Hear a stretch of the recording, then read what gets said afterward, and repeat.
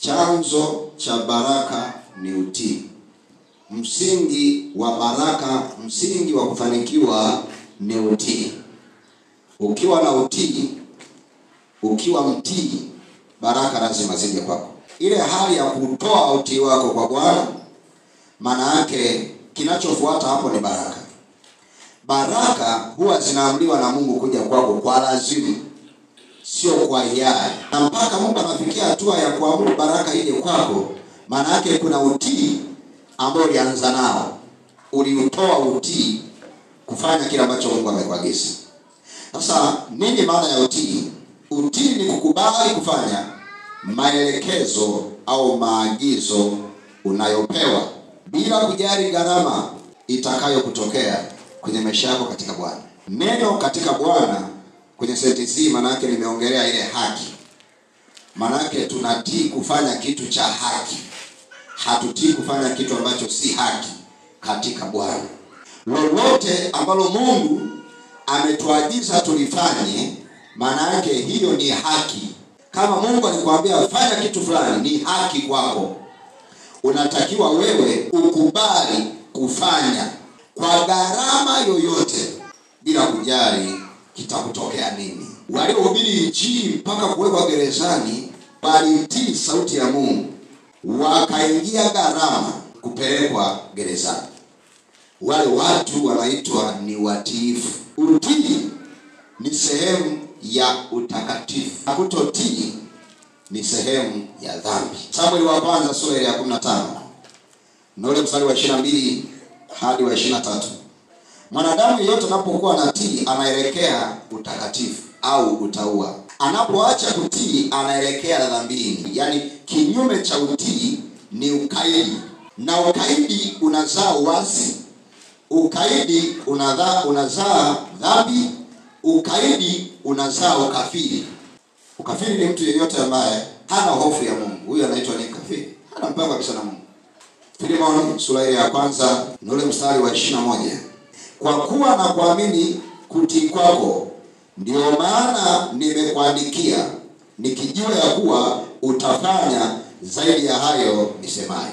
Nimesema utii ni kufanya, ni kutenda kile ambacho Mungu amekuagiza. Utii ni tabia ya Yesu. Utii ni tabia ya Yesu.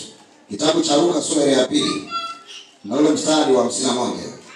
Biblia takatifu inasema, akashuka Yesu pamoja nao mpaka Nazareti, naye alikuwa akiwatii, na mamaye aliweka hayo yote moyoni mwake. Alikuwa na watii wazazi wake, na mzazi wake baada ya ule utii akayaweka moyoni mwake. Wafilipi sura ya 2 mstari wa 8 hadi wa 9.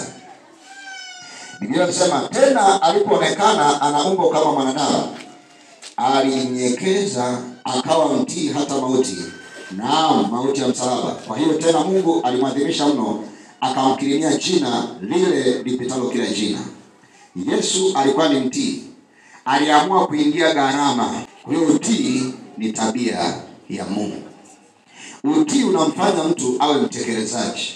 Yeyote ukiona hatekelezi mambo, maana yake ndani yake ana ukaidi. Lakini mtekelezaji huwa ndani yake ana utii. Mwambie lolote anafanya ndani ya dakika. Lakini mtu kaidi hawezi kufanya ndani ya huo muda. Anaweza akafanya anavyotaka yeye au akajipangia muda anaotaka yeye. Lakini wale watii ukishawaambia hivi wanafanya. Nenda huko anaenda. Fanya hiki anafanya. Rudi kule anarudi. Nenda kachukue kitu fulani anaenda. Kwa sababu ndani yake ana utii. Utii ni kuacha maamuzi yako na kuyafanya maamuzi ya Bwana. Sasa kama Yesu alikuwa ni mtii, inatupasa na sisi pia kuwa watii. Sasa andika, chanzo cha baraka ni utii, na chanzo cha laana ni ukaidi. Utii ni kufanya, ukaidi ni kutokufanya. Tunaanza na ukaidi. Samueli wa kwanza sura ya 15 na ule mstari wa kwanza hadi wa 11. Tunaona ukaidi hapa. Hadi nitamkataa vitu kama hivi. Lakini jambo la pili ukasema unapokea baraka, unastawi, vitu kama hivi. Lakini jambo la tatu, unapokuwa mtii mbele za Mungu, unakuwa na uwezo wa kumshinda shetani. Kitabu cha Yakobo 4:7. Basi mtiini Mungu, mpingeni shetani naye atawakimbia. Kumbuka ile andiko linaanza na kumtii Mungu. Msingi wake ni kumtii Mungu. Unapofikia hatua ya kumtii Mungu, kinachofuata kwako ni shetani kukukimbia. Watu wote kwenye Biblia ambao waliishi maisha ya kumtii Mungu, shetani hakuwasogelea. Shetani hakuwakaribia kwenye maisha. Kwa nini shetani alimsogelea Musa hadi kwenye kaburi lake? Kwa sababu Mungu alimwambia Musa, gonga huo mwamba mara ngapi? Yeye akagonga mara ngapi? Shetani akamsogelea pale pale. Akajua kabisa kwamba huyu amekaidi.